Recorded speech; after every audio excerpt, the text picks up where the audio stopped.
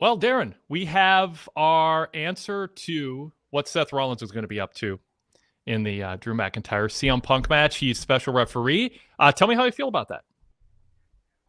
It's a fine role. He didn't really have anything else to do, so I'm sure he'll play a role in the outcome of it, and it'll branch off into whatever they have for him post SummerSlam. So, not the most glamorous role for him, but I mean, he'll have plenty of other opportunities to jump in and do something, and it'll be a continuation of the story. So it kind of makes sense. It's not just out of left field. It does make sense, so it's fine.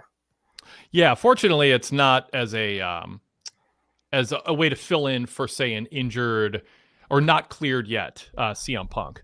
Or it's not a triple threat match. So the two things that I think some people feared, although in last week's Pro Wrestling Torch newsletter cover story, I wrote that Punk was going to be fine. The match was going to take place. It was going to be one-on-one, and Seth would have some other role in the match. I didn't know specifically what it was, but this crossed my mind. And my only concern with it, and obviously Seth has issues with both Drew and Punk, and so it makes storyline sense that Adam Pearce would say, hey, you two, I need someone who can control, I guess. I don't know. It doesn't have to make total sense, but you can see Adam Pearce in frustration just going, there's no referee who wants to be in the middle of you two guys, but this guy doesn't like either of you. So he's going to be the referee. And let's just see what happens. And so in that way, it makes sense. The thing that I'm concerned about is it also gives WWE a pretty clear-cut escape hatch to actually do a finish. And so we're probably not going to get a clean-cut finish between these two in their first matchup. Now, one could also say, Wade, why are you disappointed in that? This is WWE. Of course, that's not going to happen in their first match. But this sort of just telegraphs it that, we're heading towards Seth perhaps choosing sides. There's a misunderstanding. Someone shoves him. He shoves them. They get rolled up or whatever. They get knocked into one of the finishers. So in a way, we kind of, I was going to say we kind of know. I guess kinda is enough of a qualifier. We do kind of know what the finish of the first Punk Drew match is likely to be. I'll put an extra qualifier on it. So do you agree with that or not? Yeah, going back to something that you said earlier, they were having troubles with Drew knocking down the referees and everything, so it does make additional sense to have an enforcer in there or someone that's not intimidated. So that does make additional sense.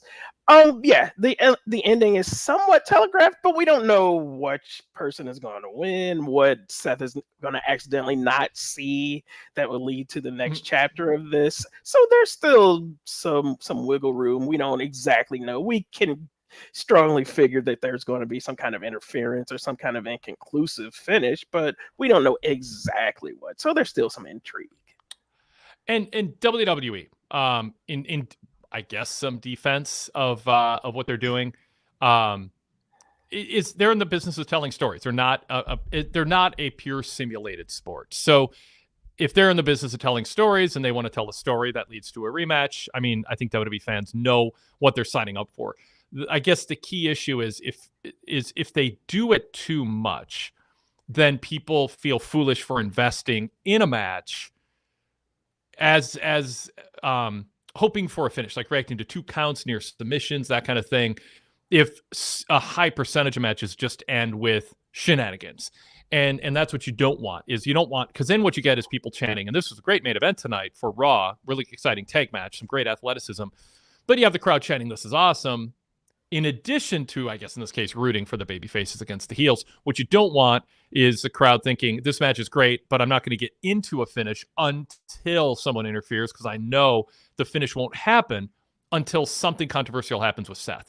And if WWE does that with too many matches, fans can disinvest in reacting to possible finishes before you get to the part where now they've triggered the sequence of events that will lead to the finish. Right. And this is a textbook example of people will be waiting for something to happen and something to, in this case, dealing with Seth.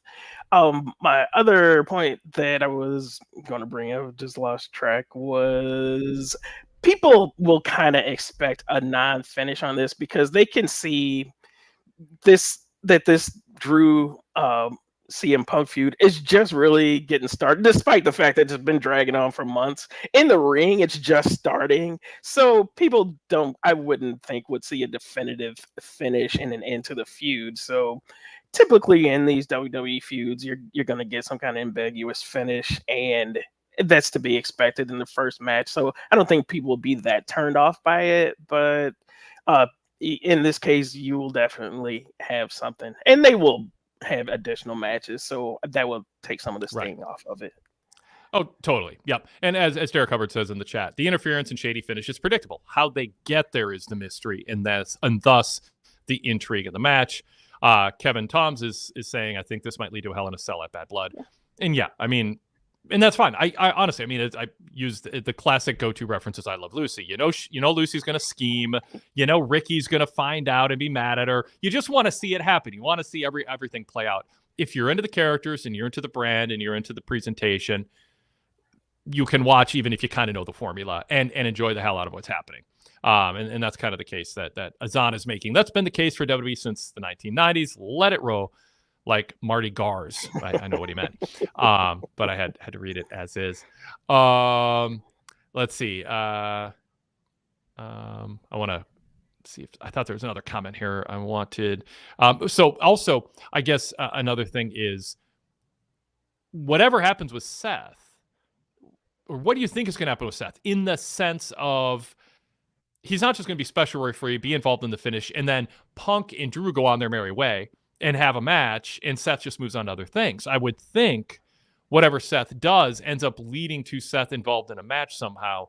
So that's where I'm wondering if they don't do a triple threat in Germany or something like that, and then that solves the Seth issue, and then by the time we get to Bad Blood or Hell in a Cell, they do a Hell in a Cell or something there. Right. Yeah, I was thinking the dreaded triple threat is coming, and at some point it makes sense. So you can get that for one of your B shows, and that's fine. I think they're headed in that direction, definitely. At some point, though, you had to establish some kind of. I think they were going for the Seth CM Punk feud, so they maybe want to plant the seed for their one-on-one encounter. And because I don't see him going up against Drew to get revenge for Drew beating him at WrestleMania or whatever. I don't really see that as a strong direction. I think you'll want to plant the seed for CM Punk and Seth going forward, though, and perhaps we'll see that. Notable, all the people we just talked about were also mentioned by Gunther, in addition to him mentioning Damian Priest. What when we talk about what happens with Seth, Drew, and Punk, I think we have to incorporate the possibility of which of them split off to face Gunther if Gunther ends Damian Priest's reign. Anything you want to suggest there, Darren, in terms of if you picked up anything from what Gunther had to say tonight as far as that goes? I didn't pick up anything as in regards to Seth, but I think Seth is waiting for him because I guess he can't challenge Damian Priest because of the stipulation that they had where he can't challenge as long as Damian Priest is the champion. So at some point he'll split off and go after Gunther, and that'll be a pretty good feud and presuming that Gunther is going to take the title belt, that'll be a good feud for him at some point, probably towards the latter part of the year. That Seth could spin off in before he gets to the CM Punk thing.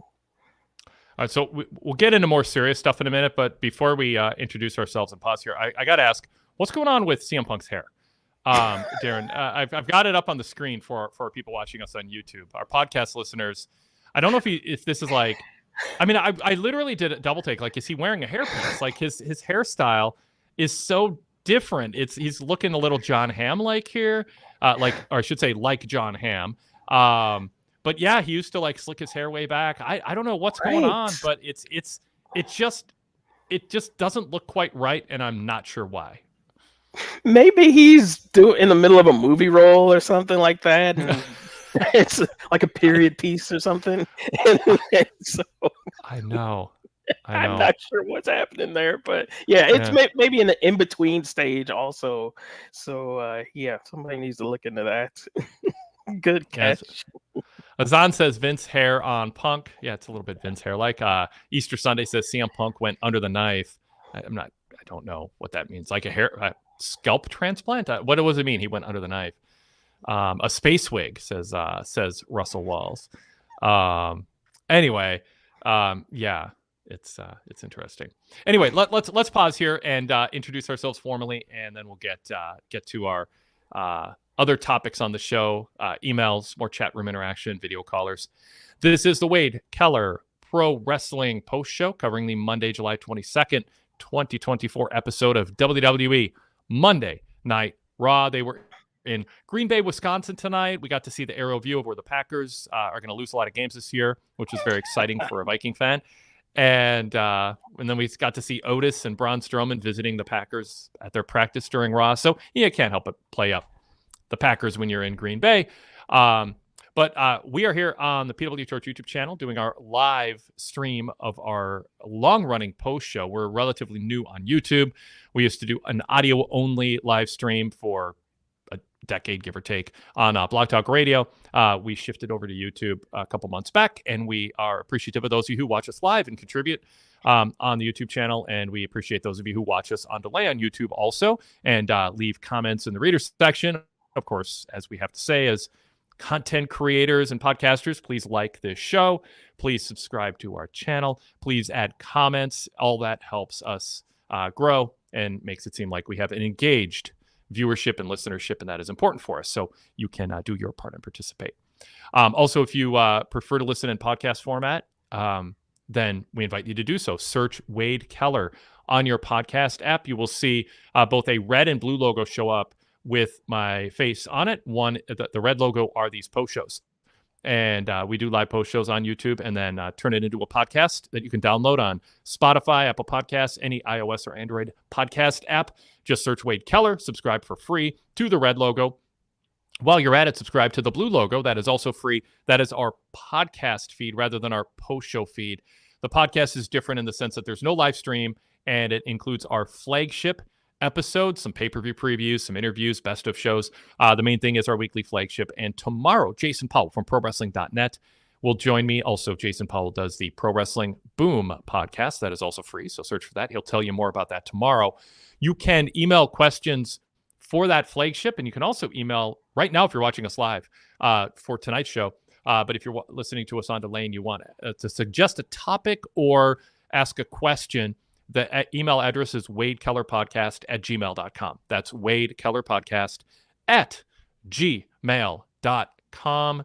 And Jason and I will take a look at those emails and maybe include some of them in the flagship tomorrow. Jason and I have a lot to talk about on the road to SummerSlam and the road to Blood and Guts, AEW Dynamite on Wednesday night. And I did a VIP Wade Keller hotline today for VIP members, and had my negative review of the new Collision setting. The sound was... Did you watch that, Darrin?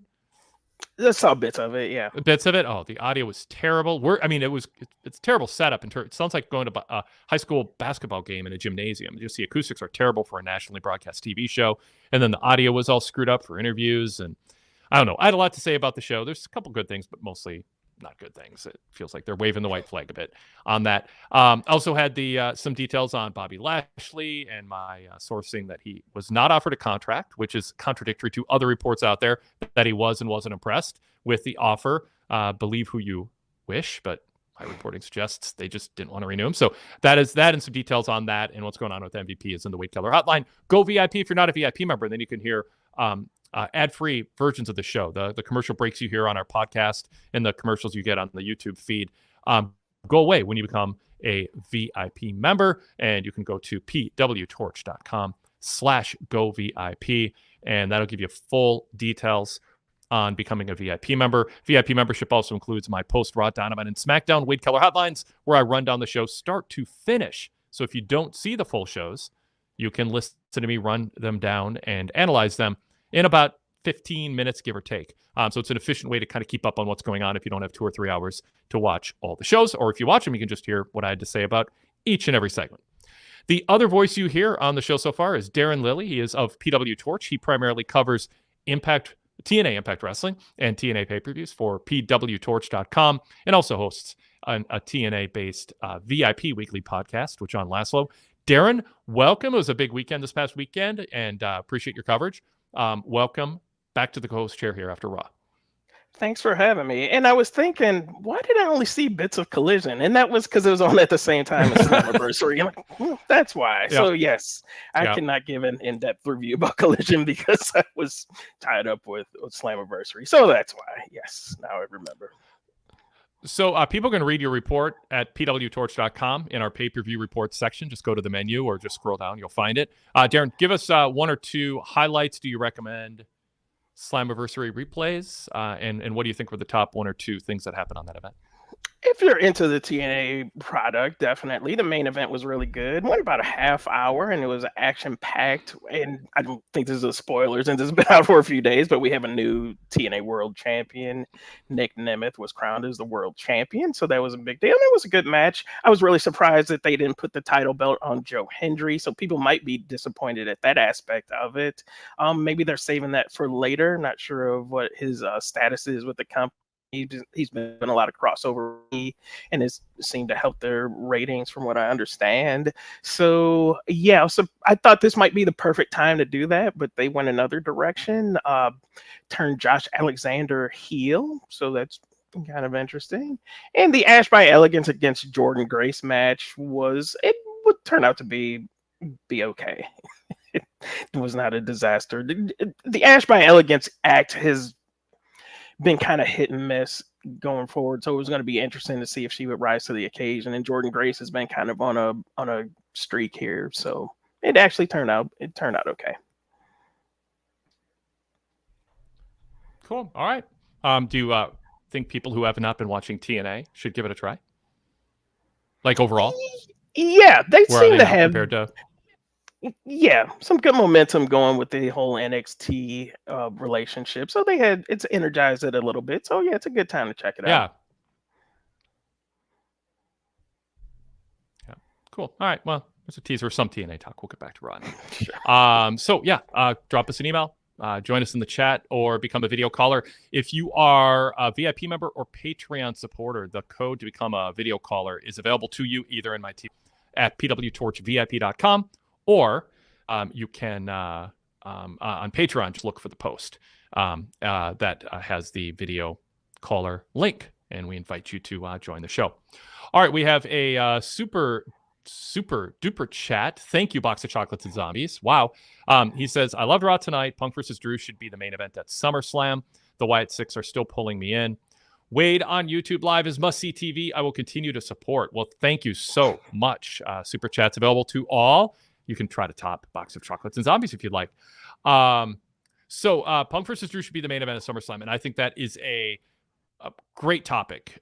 What match goes last? I wrote about we talked about it on the YouTube channel here last week, but also it was the kind of the point of my cover story in the Pro Wrestling Torch newsletter last week, that the match order kind of depends on what finishes they're going to do. There's not just an obvious match to end the show. Cody sort of is the default, so I'm kind of leaning towards Cody Solo, even if people don't think Solo's going to win, because I think people are half expecting or more Paul Heyman or Roman Reigns to show up. But if they want to establish Gunther, and that I thought the video package tonight on Gunther was fantastic. Talking about the CM Punk not staying healthy, Drew getting distracted, the need to create, and Seth Rollins being a workhorse, but that causing him to get injured, and so he wants to restore, or really brace to a new level, the prestige of the World Heavyweight Championship.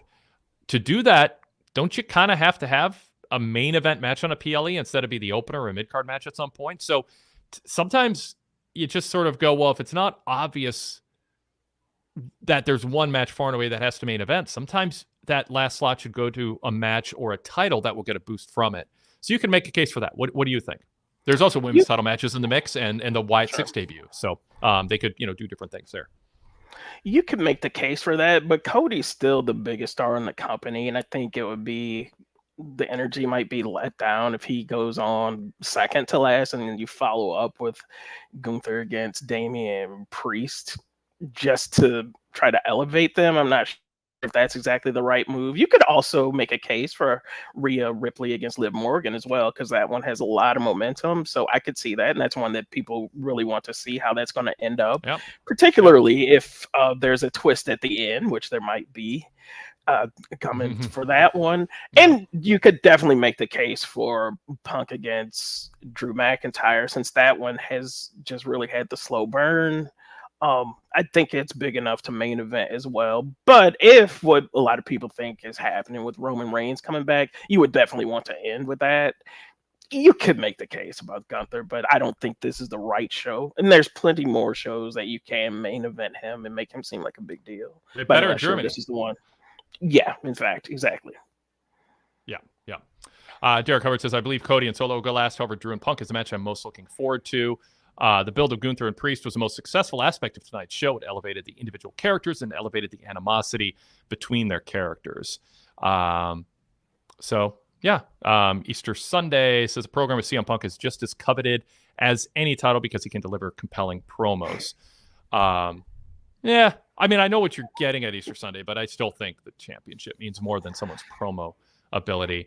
Via Facebook, Jonathan Erdl, watching us on Facebook, Jonathan Erdl says, I still think Dom is going to turn on Rhea. That's certainly something I was going to say it's something we'll get into. Let's just hit that. Thank you, Jonathan. So tonight, Liv shows up, stirs trouble as usual. Dom says that he isn't it a Liv. Rhea whispers something in Dom's ear, then licks his face. Yes, I did a graphic representation of that for our YouTube viewers a little bit. Didn't have a face to lick, but reenacted a little bit of it and then smooched him on the cheek. I felt my concern is if this is a ruse with Dom and Liv, and it's a ruse as of this stage, not where Dom gets second thoughts or he gets swayed or something happens where he feels betrayed by Rhea. But if at this moment, as of tonight, Dom is lying to Rhea and is already with Liv, and I'm not even leaning towards that necessarily, but if that's the case, it doesn't put at risk Rhea seeming like gullible, that she's just buying into something she shouldn't. So I throw that out there, but I also just want your take. What do you take from what we saw tonight? Because you still have Finn Balor and Liv as an option. Notice how after Finn caught Dom talking to Liv, Balor sent Dom the opposite direction that Liv went, and then Balor went the direction that Liv went. And it was subtle, but he might have said, that might be a clue for us to think, that's Balor trying to go catch up to Liv again. So I think this can go a variety of directions. So yeah, talk about what they did tonight as far as that goes. Yeah, it could be a red herring also. Yeah, the way it was set up tonight, it just made me believe that they're in it together right now, and that eventually he's going to turn on Rhea. Now, there is the chance that would make her look foolish, but it also could make her look vulnerable and adds a little depth to her character, make her a little more sympathetic, to make the fans want to get behind her. So there's that aspect of it as well. I think we're headed towards that. That's just my opinion of it, but there's several ways it could go. Maybe it was something afterwards where he felt bad for that she was crying after what he said, and that made him have second thoughts. That could be part of the story, and of course the Finn Balor aspect of it as well. So, or maybe he really does just hate her, and that's just the end of it. And maybe Liv just hasn't sent quite the right photo yet to Dom. Hasn't texted him quite the right picture yet, and there'll be a moment where Dom's like, "Oh, I changed my mind." But I mean,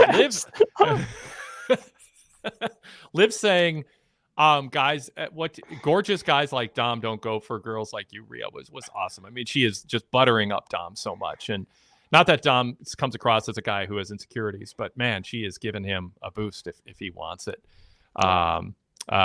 Derek says, I like the scenario that makes her look emotionally, psychologically vulnerable and sympathetic without making her look physically sympathetic and vulnerable. Yeah. So anyway, did you like the acting tonight from Dom? Yeah, he's always good in his role, and he's very smug at the end after she licked his face and everything. So I liked the smile. He's really good in it. I was trying to debate whether Liv Morgan was kind of cheesy, and it's tough to do the whole crying and pull that off. So as far as what she did, I thought was fine, but that's a really difficult position to walk that line and not being too much over the top, but also trying to draw sympathy if that's what she was trying to do. So, well, yeah, I thought Dom, I don't know if he broke character, but he's kind of smiling in the opening segment backstage, and I wasn't quite sure what to make of that. It was like he was breaking character, just couldn't keep a straight face. Like they had cracked up on the first 6 takes, and he was trying not to crack up on the 7th, and they just that's good enough. Let's just do it. Anyway, Darrell says, if Dom turns on Rhea, how can we get to the Finn turn? Because I don't think Finn and Dom should be on the same side. And they finally got the crowd to cheer Dom. I mean, Dom and Rhea and Priest as a babyface threesome, and then Liv and Balor. Carlito, by the way, I'm sorry to add this element, but Carlito didn't seem happy trailing behind them in the opening scene at the beginning of Raw, having to roll luggage to the ring, and none of the others had to. So I don't know what that means, if anything. It might just been a thing to snicker at him over, and it doesn't mean anything. But I don't really have a clear idea of how it shakes out, but I get the idea of, wait, Dom, Priest, and Rhea as a babyface group, or maybe Priest breaks off completely and it's just Dom and Rhea against Liv and Balor, and they tell that story. So yeah, kind of where are you on the different possibilities? I'm thinking that it's going to be Priest and Rhea. They keep laying the groundwork for them kind of being on each other's side. And I think we'll continue to see that when it all shakes out. I think they'll be there for each other to support one another. As far as Dom, I think he's gonna stay as a heel. I don't think we're quite ready for the baby face Dom, and there's just so much more stuff you can do with him as a heel. So eventually, at some point, he gets back together with his dad or comes out and saves him or something. I don't think we're at that point just yet, though. And I'd like to see them kind of drag out heel Dom some more. Overall, you feeling good about this story? Like, is this part of the reason that you look forward to Raw every week? Yeah, it's always a high. I'm rarely disappointed in their segment. Yes, the show drags, but when they come on, I'm always very happy, and they usually come through with some good material, laying the next foundation for the next part of the storyline. So it hasn't let me down yet. And I think Liv Morgan is doing really good in her role. She's really surprised me, and I think opened some eyes as well. She's doing her end of it as well. Yeah. Sadler version 3 says it looked like Dom cracked when Rhea started dragging his arm backstage. LOL. So anyway, I'm enjoying it too, by the way. I mean, it's sort of the not for everyone, but it's in small little doses sprinkled throughout the show. Priest, by the way, very much in a position right now to be cheered. I mean, they're not even like, I mean, it's just obvious they want Priest to be cheered right now, and Gunther is the path to get there. I don't even think we can call Priest a heel, even though he's part of Judgment Day anymore. I assume we've seen the last of Priest doing anything heelish. I think whatever happens at SummerSlam, he comes out of it as a babyface, and his next feuds are with heels. What do you think? Yeah, I think we're headed in that direction, and I think he'll come through on that. I thought it was kind of odd that Finn is going to take on Gunther next week, so I'm not sure where that part of it is headed. But yeah, I think Priest is on that path now, and I don't think there's any turning back at this point. Yes. By the way, Jonathan Ertl says, I busted out laughing when Cole said she licked him. LOL. I mean, I think Cole and McAfee are having a good time. With this storyline. I think a lot of people are. Okay, let's more to talk about on the show for sure, but let's get to our first video caller, Rude Dog. We'll get to you and see what you have to bring up before we hit all the topics. Rude Dog, welcome. He's in an Elite shirt today for all our audio only podcast listeners. Is that a cat? Let me zoom in. That's Kenny Omega's cat. Got it. Awesome. All right, cool. My cats aren't with me in the studio today, so I can't grab one to show off mine. But so, Rude Dog, also known as Hendrick, what's on your mind about Raw tonight? Well, a few things. So the Wyatt Six made a appearance, and then we had the Nikki Cross sit down interview, which I personally thought was pretty lackluster. How did you feel her performance was compared to the others, and how the Wyatt Six are going so far? Yeah, Darrin, there wasn't a ton to the Nikki Cross thing. I thought it was noteworthy that Cole didn't say it was Nikki Cross. He said that it's the witch-like being that has been delivering VHS tapes to them. So maybe Chad Gable will have a new scoop for us and say that the witch-like being is Nikki Cross. He has uncovered that. But for those who didn't see it, in a distorted voice, she said, look at yourself. They lied to you, ignored you, watched you suffer in solitude. I've been the answer all along. That's a Cliff's Notes on a relatively short segment. Darrin, what'd you think of it? What'd you take from it? Yeah, he also calls her that thing, and I don't really care for that. That's just kind of weird. Yeah, it lacked a little bit. I thought that they would get to the whole point of it a little more in depth about why did she join with the group? Why is she part of this group that attacked people? Why was she frustrated? And they didn't address that whatsoever. They threw out the little phrases and everything, and I guess we're supposed to gather from that. Also, I guess they're no longer delivering tapes, and they just got rid of that aspect of it. I'm not sure what's happening there. As far as the overall thing with the Wyatt Six, I appreciate the production values of it, and fans are really seeming to get into it. But it's dragging a little bit for me, and tonight's segment didn't help. The Nikki Cross part of it didn't help because, like, are we going to find out what their motivation is, or are we just going to get little catchphrases where we have to figure it out, and this thing is shrouded in mystery, and we never really figure it out? So that's a little bit frustrating. But I'm ready for them to get into the ring so we can get to the next aspect of this. I realize they're storytelling and they want to drag it out a little bit, but it's becoming a little bit frustrating for me. I'm ready to get to something to happen. Yeah, and I mean, I assume SummerSlam is when we get to that next stage. I mean, I don't think we have major developments next week other than setting up Gable and the Eads against 3 of them, and then at SummerSlam we'll get some more of a window. But from a storyline standpoint, getting a little bit more concrete details on their mission would be good. I don't know that everybody wants to think as hard as the clues that they're giving us demand, or have it be as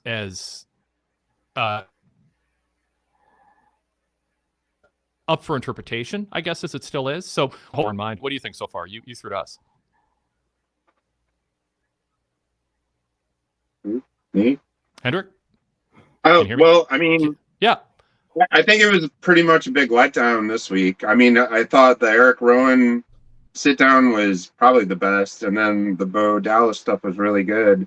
So I was like, I feel like Nikki Cross is a pretty good actress when she wants to be. So it was like a pretty huge letdown for me.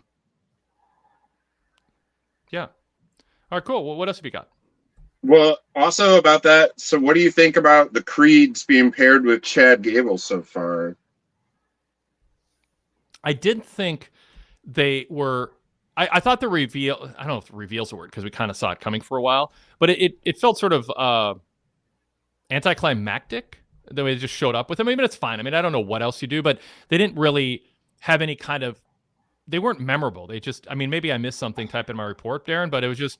They just stood there by Chad Gable. There wasn't this grand reveal. They didn't look different. They didn't act different. There wasn't really any kind of distinctive chemistry between them and Gable.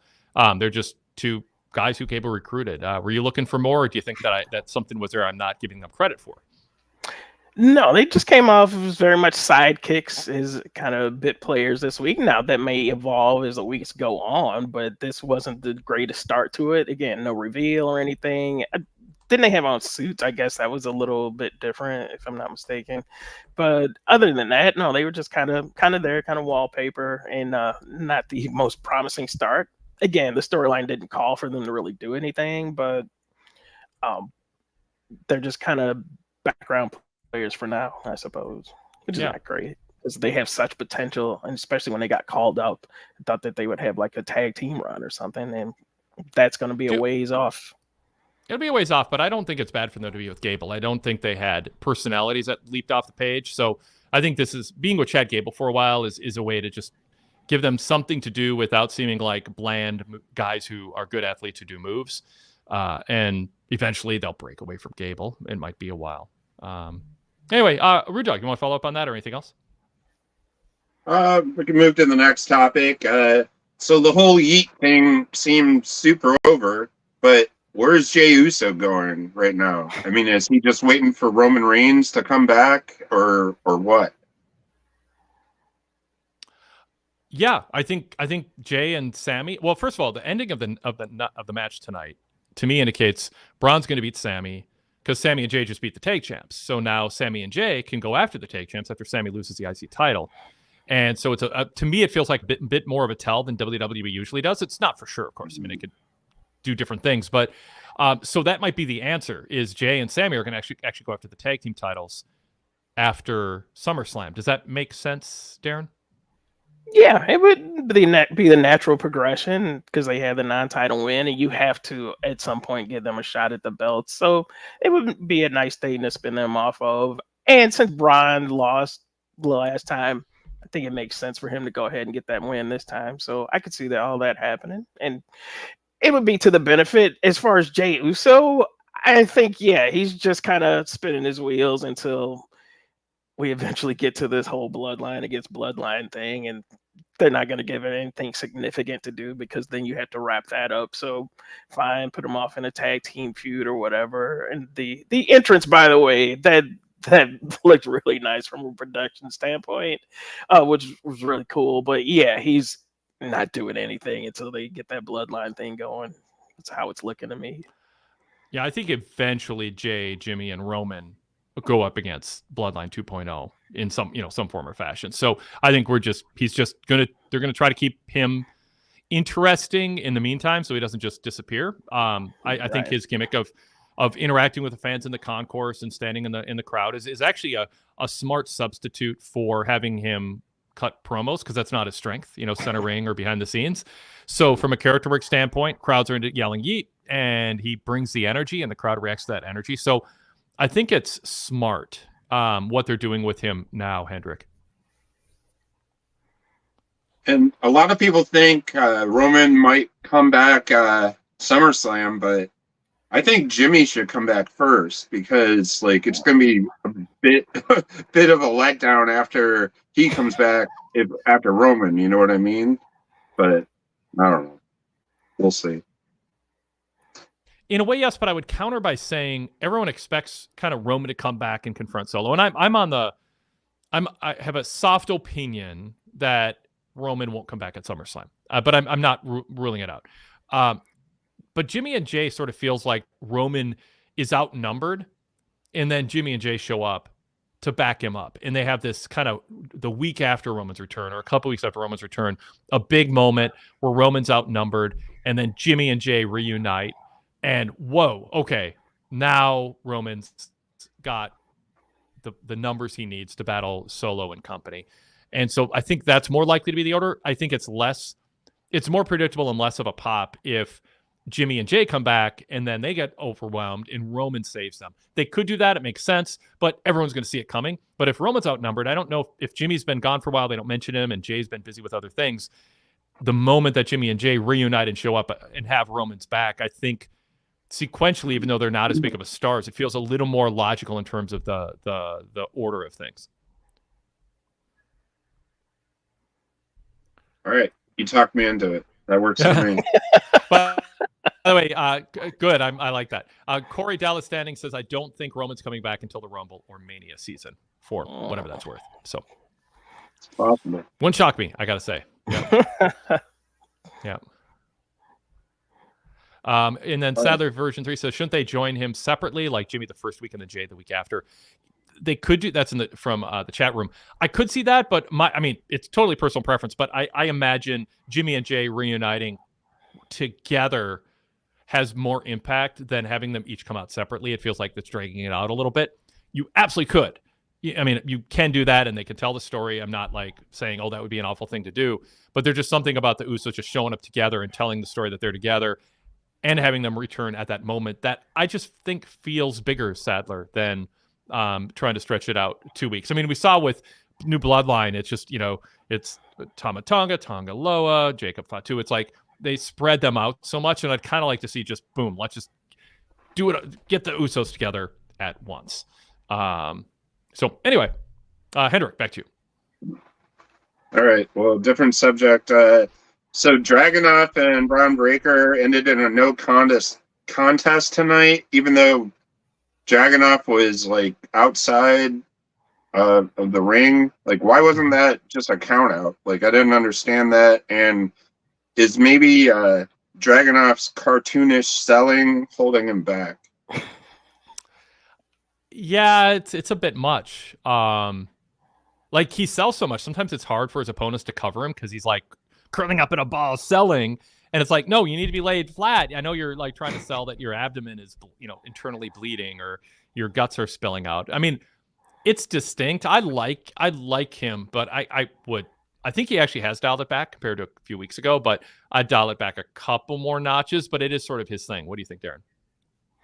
Yeah, I could definitely watch out for that. And I think, he's still relatively new to the main roster, so it's a work in progress up on the national stage. Yeah, it doesn't bode well for him, though, that he keeps losing these kind of matches. I'm sure he's competitive and everything, but, just having him I don't know, kind of got steamrolled at the end there, at least.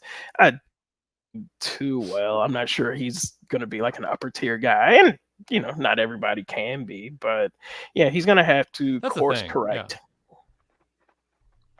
Like, the way I look at it is he's in a good spot because of what you said. Not everybody can be protected all the time. Sure. And so having him work a competitive match where fans are super into it, but he's there to take crazy bumps and get Bron Breakker over is an honorable role. I would not in any way consider him being like buried or underutilized because of being in that role.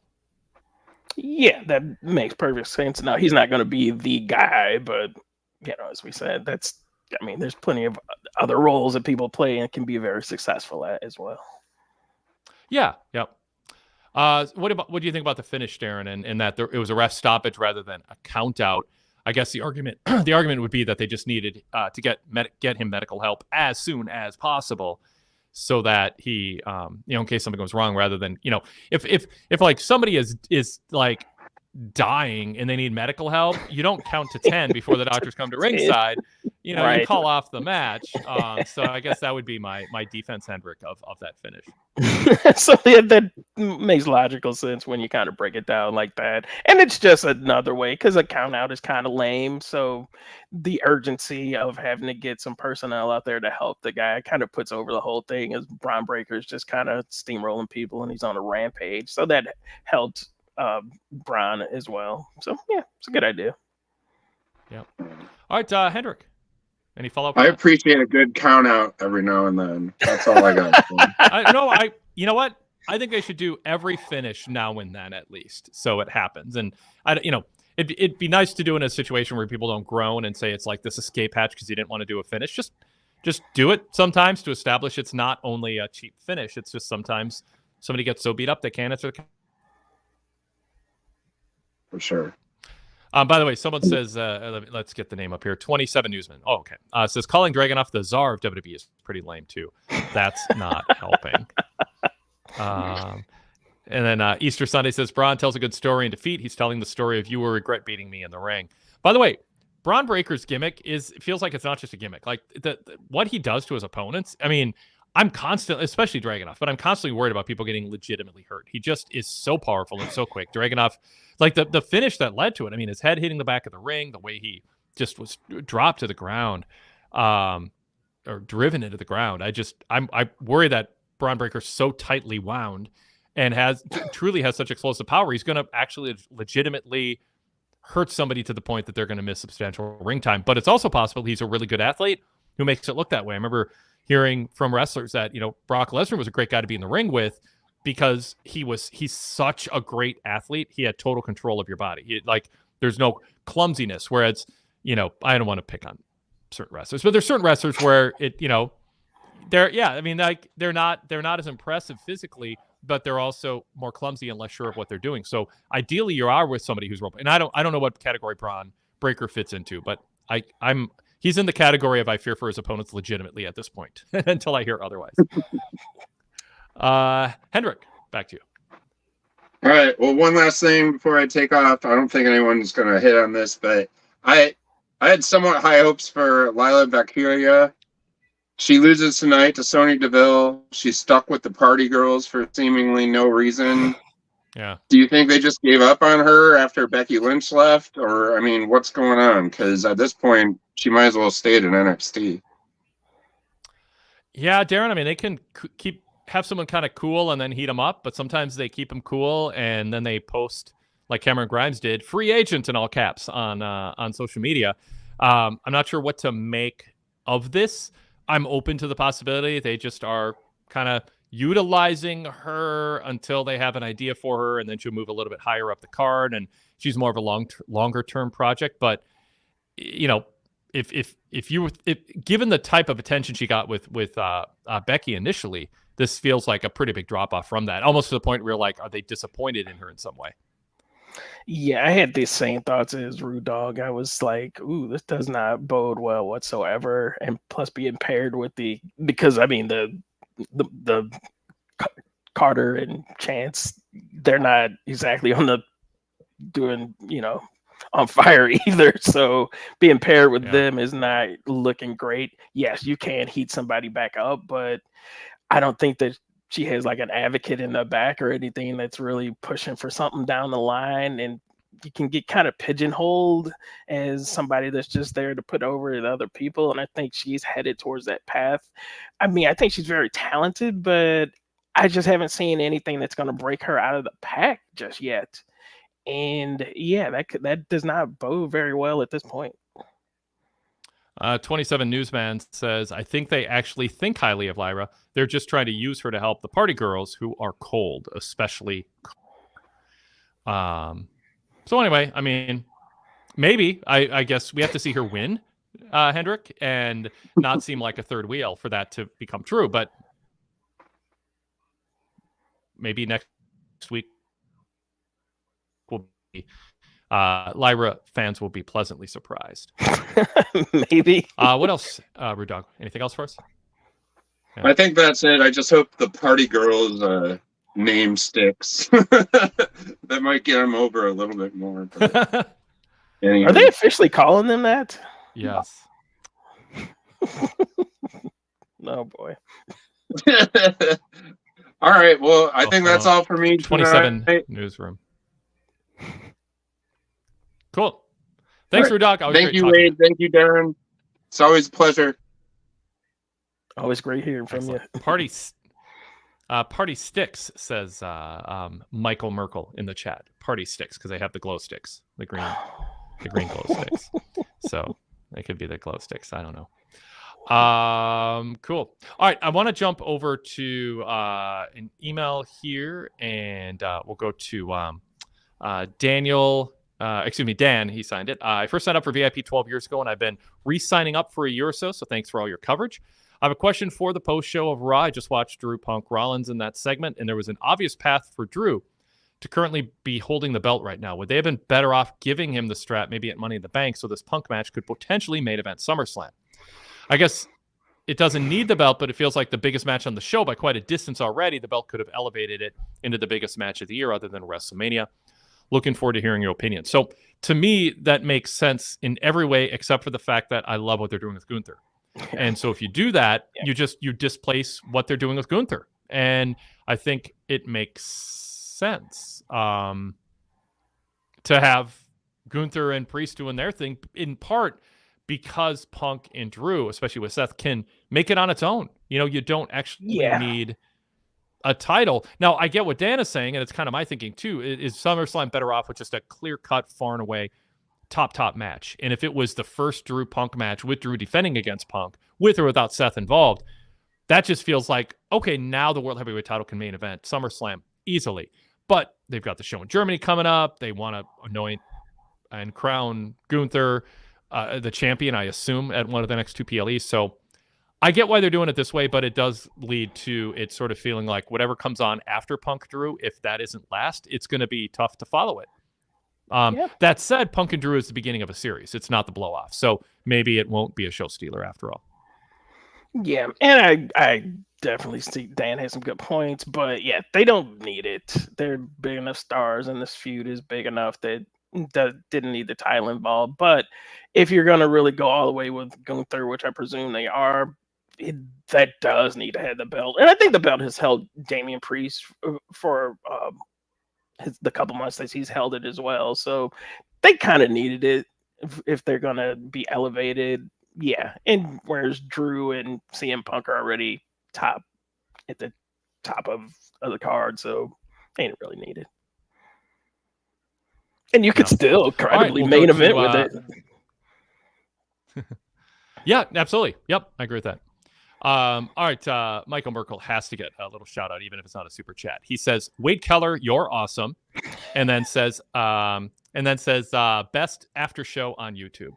So I appreciate that. All right. So back to next email up is JB from Detroit. Don't forget, wadekellerpodcast@gmail.com. If you don't want to be limited to the chat, a good way to be part of the show is to email us. You can be a little bit more long form and be kind of locked in our inbox instead of scrolling up past me on the chat, which happens sometimes. And certainly we give 100% attention to super chats, but it's sometimes we miss some of the chat comments that would make the show. So I encourage email. There's just a way to kind of bypass all that.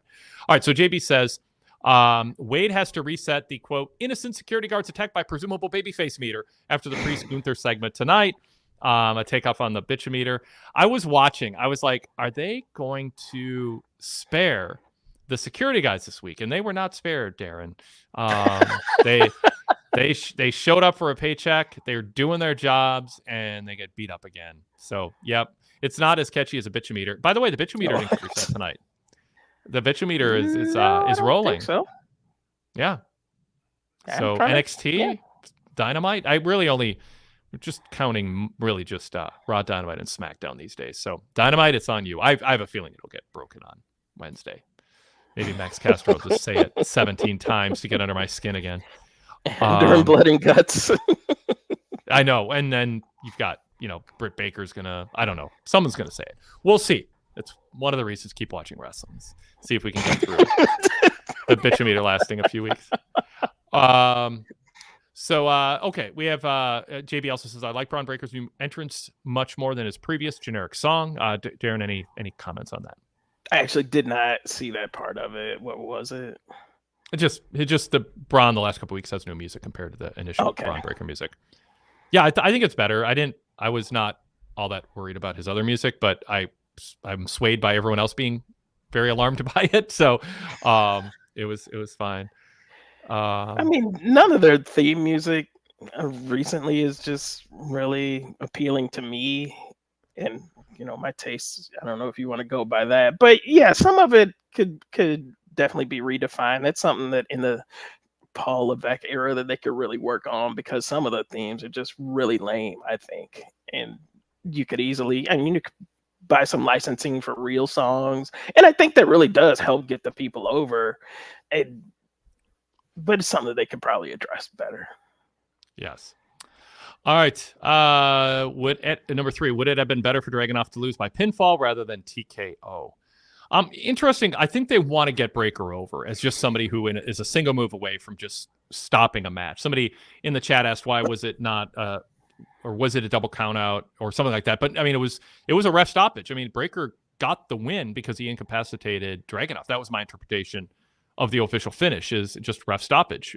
Dragunov could not continue. But so I think they're just trying to have what Breakker stand out more. It's also a little, it's weird because the rules in pro wrestling are weird. Like getting with your shoulders down for a 3 count is a real loss, but getting a counted out where you can't re-enter the ring after 10 seconds is seen as a cop-out finish. But frankly, if you can't answer a 10 count, it seems like you're more beat up than not being able to kick out of a 3 count. I don't get why one is supposed to be so much more impressive than the other, but that's the rules of engagement of how we react to finishes, I guess. So to me, this is just trying to make Breakker stand out a little bit more, where a referee waves him off. It's better that the referee waved him off and didn't say, okay, now that I've been concerned about him and you lost your chance to win by count out or pinfall, now restart the match. This was meant to say Breakker hit him so hard he couldn't continue. So I think they're just trying to shake up the finishes. Darrin? Yeah, it's a little more jarring and certainly stood out, and more of a conversation piece to have it in that way. And I think it did enhance Breakker is just, a guy that will just run you over. So yeah, mission accomplished. All right, so number 4. So we didn't even have the presupposition that Nikki Cross brought the VHS tape to Cole or McAfee tonight. Are we to believe they're just mailing them in now or handing them to a staff member pre-show? Honestly, I would have liked an explanation from Cole on that. Just, I wish Cole would have said, get it? Yeah, I mean, that's been to me, been kind of a fun story. How does that happen? And so they've explained how we get the tapes, and now we're just airing them. Honestly, if Cole would have just said, in order to save Pat McAfee having to change his underwear, well, no, we don't want to go there. Pat would endorse that. Yes. To avoid us acting to avoid a disruption in the show, WWE producers have now invited the Wyatt Six to simply hand a producer the VHS tape instead of scaring Pat McAfee each week and having that scary woman interrupt our show. I mean, just give us some explanation. I mean, I could live with something along those lines. And they have agreed to the rules to follow the rules as good citizens to go along with it. And also, It's never been explained why is it coming on VHS. I think, and obviously it's just for production reasons, and it just kind of makes it look cool and spooky. But give us a reason why it's coming on VHS. How does that tie into the story and tie up that loose end? Like, oh, well, that's why it's being delivered on VHS. But so far, it doesn't really have any logical reason of why these are coming on VHS tapes and why they're edited and all that kind of thing. I think they just like the lo-fi, distorted, kind of retro vibe. Yeah. So, but I mean, the question you're asking should be something McAfee and Cole ask is like, why are they filming this on VHS? Like, why aren't they just digitally emailing it to our production staff? And then, the other person can say, well, it looks more creepy. Maybe that's what they want. I don't know. All right, let's see. JB adds on top of that, she's been the only person so far who's been grounded much more in some witch-like character rather than reality like Rowan or Bo Dallas previously. On top of that, I couldn't even really hear what she was saying, and what I did hear, I didn't really understand. In my opinion, it was the worst Wyatt Six segment so far, and it plays into what I fear the stable could lean into too much. We talked last week about whether they should give biographical backgrounds and motivations. What I think everybody's worried about is it goes the way of Malachi Black, Aleister Black, some of the Bray Wyatt stuff, where it's just a word salad, and it's sort of meant to be spooky to a 7-year-old, but it's not really something you could explain, process and explain to someone else as an adult. And tonight was closer to that. I'm open to her words making sense when they puzzle pieces come together as far as a group goes, but it wasn't self-evident tonight.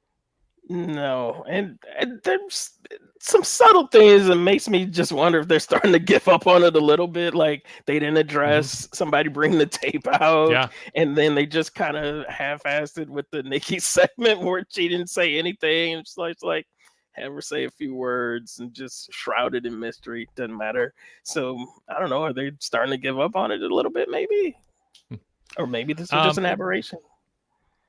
Yeah, maybe they forgot the fog machines or someone forgot to bring the fog juice. I had a few Halloween parties over the years where we had the fog machine in the basement or out front. And the fog juice, you can run out of it and then the fun is over. So, all right. It seems as though the crowd is behind both Drew and Punk. Is this ultimately a positive or a negative for their presumed match at SummerSlam? Side note, is a referee security angle 2 times in one night a bit of an overkill? It seems like there are some diminishing returns here. So, yeah, I mean, there's going to be part of the crowd who's been talking about it forever, that Drew's just been so damn entertaining. Some people are going to side with him. And Punk, eventually is a guy who's brittle and misses ring time, and Drew's there more often. And so do fans just sort of go, well, let's go with the guy who can actually show up and deliver every week instead of the guy who we're just on the edge of our seat worried he's going to get hurt again in one of his first matches back. Plus, Drew has been, frankly, a little bit more sharp and witty on the microphone, although that's not a dig at Punk. It just Drew surpassing good Punk material with even better material, I would argue, overall. Darrin, what do you think? Yeah, and also Drew, a lot of what he's saying is rooted in truth. I mean, plus he's been the one that's been victimized of some people running in on his title matches that didn't deserve it. And on top of CM Punk, the character has been kind of whiny and overreacting also. So I could see why people are kind of switching allegiances to Drew. If I'm not mistaken, it seemed like when they first, I guess it was when Punk was walking down the hall or whatever, I thought he was getting some boos. Maybe I heard that wrong. But when he came out in front of the crowd, he got a good reaction, of course. And people were chanting his name. But eventually, I think it could be an easy slide to make him a heel just based on this feud alone. But I'm not surprised at all to see the split reaction, because Drew has done enough to make fans want to logically get behind him just because of the storylines. Like, yeah, this guy's been messed around with and he didn't deserve that. Yeah, exactly. Corey Dallas Standing says, glad Punk is cleared now. It's starting to get cold on him since the Seth promo a couple weeks ago. Yeah, we talked about that, I think, last week, where in one of my podcasts, I think on the Raw Post Show, but could have been elsewhere, where, I mean, Punk's got to show up and start wrestling because people are going to get tired. This just feels like the story is going on forever. When are we going to see Drew wrestle and him and all of that? So, yeah, we'll see. Okay, so JB also asks, how does Seth play into the Drew Punk match? Where's this ultimately leading? Perhaps a three-way at the Bash in Berlin, or Crown Jewel. Yeah, we covered that. I think Seth in a three-way makes sense before we get to something at Bad Blood that's just back to one-on-one with Punk and Drew.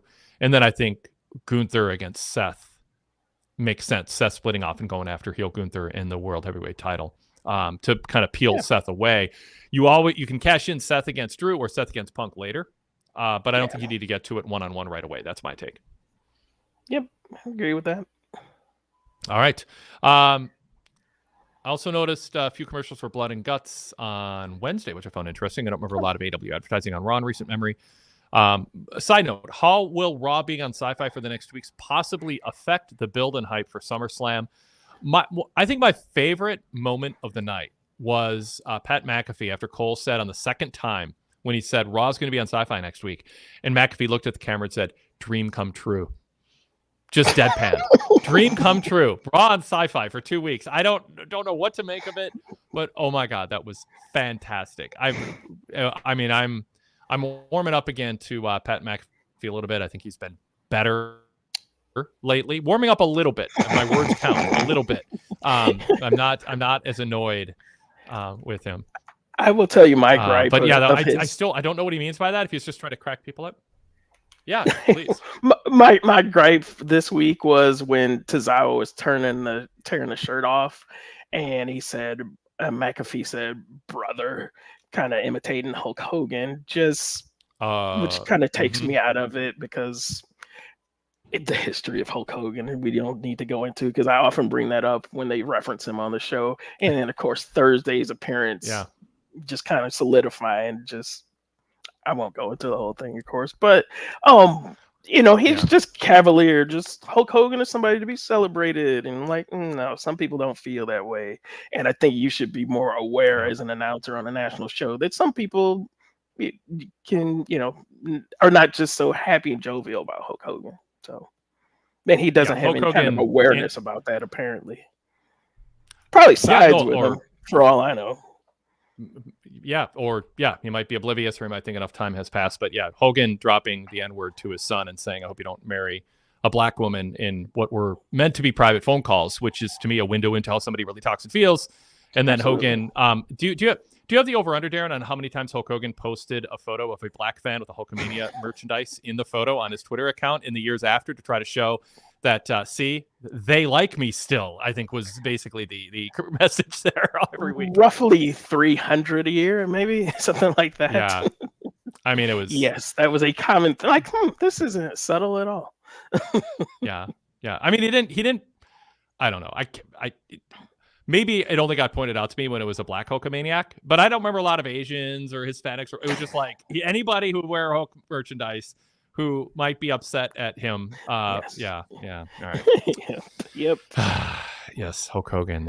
Very disappointing. And still, it's just and final point on this. We say this every time. If there is a sincere, believable apology out there that we've missed, then let us know. And I'm not saying that all is forgiven if that happens, but that's kind of step one, as opposed to, and we reported on this, he had a locker room meeting with wrestlers. Instead of saying, "Hey, I embarrassed myself.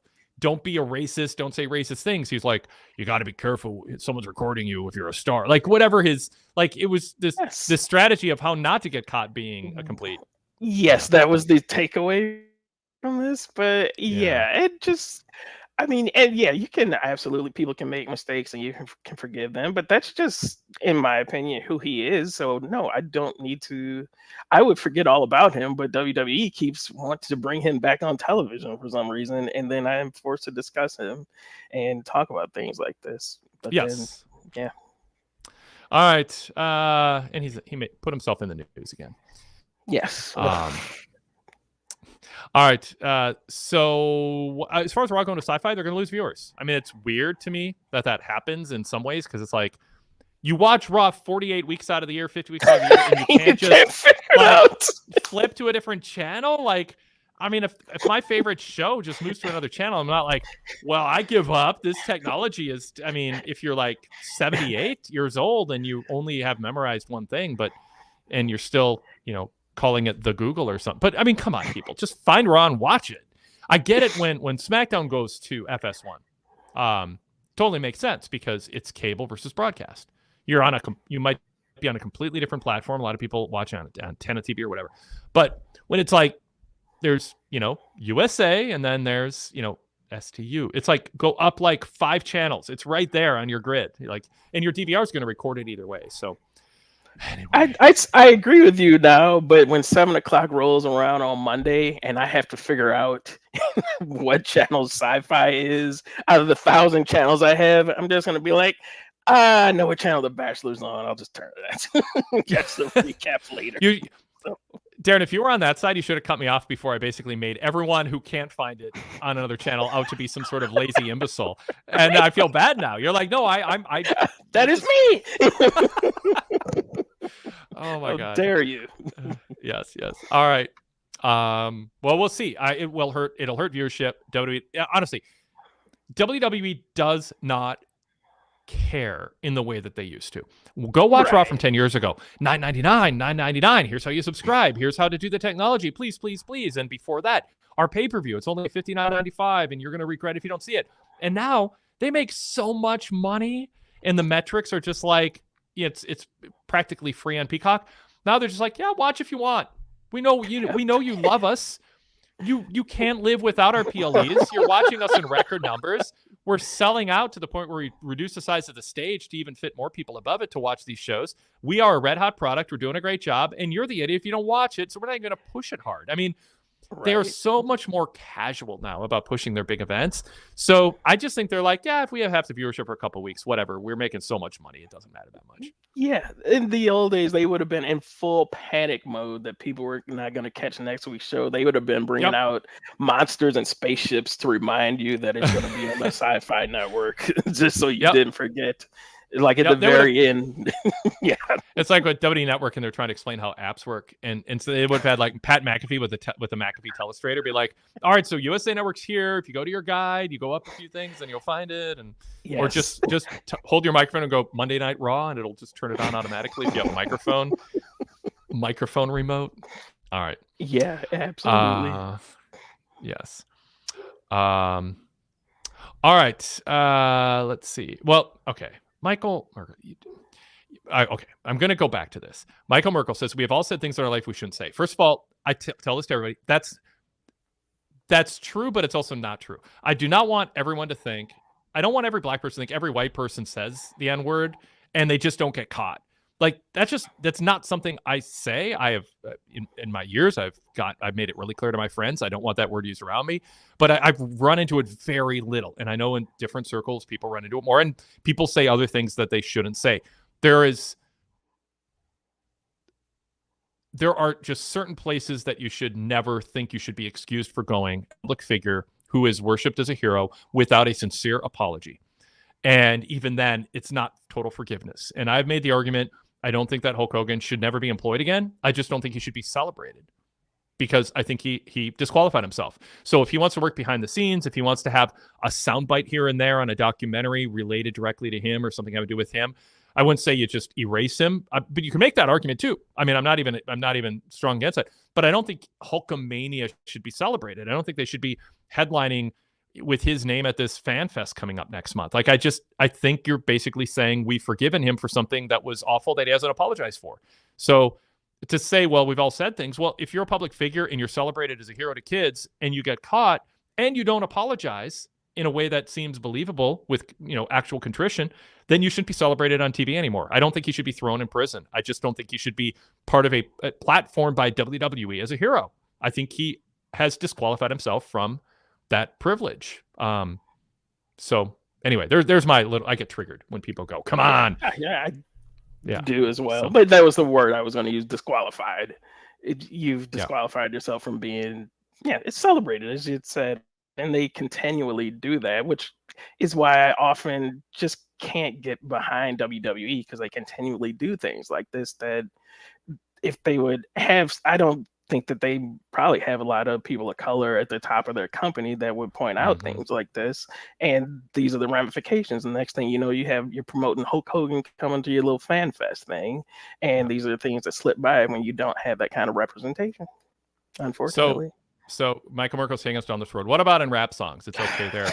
So I don't want to, I know you're biting your lips. I'm going to say this. Hulk Hogan said, let's forget the N-word. Hulk Hogan told his son, I hope you don't marry a black woman. You don't even need to, no, there's nothing else. That is super racist. And that's not part of rap songs. You add the N-word to it, it amplifies the negative. It's not and why you're here, Darrin. You don't have to talk about it if you don't want, but anymore. But if you say that word and you're a black rapper, it's different than a white guy saying it to his son when he thinks no one's listening, as a word that he just tosses around to demean a whole category of people while he says, please don't marry people of that type. It's completely different. Yes, Darrin, context matters. I don't want to go into a full YouTube meltdown, but yes, that is the difference.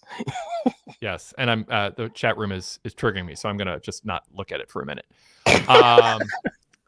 Let's go to up next. Let's see, JB from Detroit still here. I also noticed a few commercials. Oh wait, nope, that's not it. It seems as though Gable and the Creeds are now battling on two fronts. Will each feud ultimately have a culmination? If so, will they culminate individually, or will there be a crossover? So what are the two? Yeah, of course, Otis and company, and then the Wyatt Six. So I think we get the Wyatt. I think we get the Wyatt Six as a one-off. The Gables and the Creeds. Well, I guess it could go in either order. What do you think, Darrin?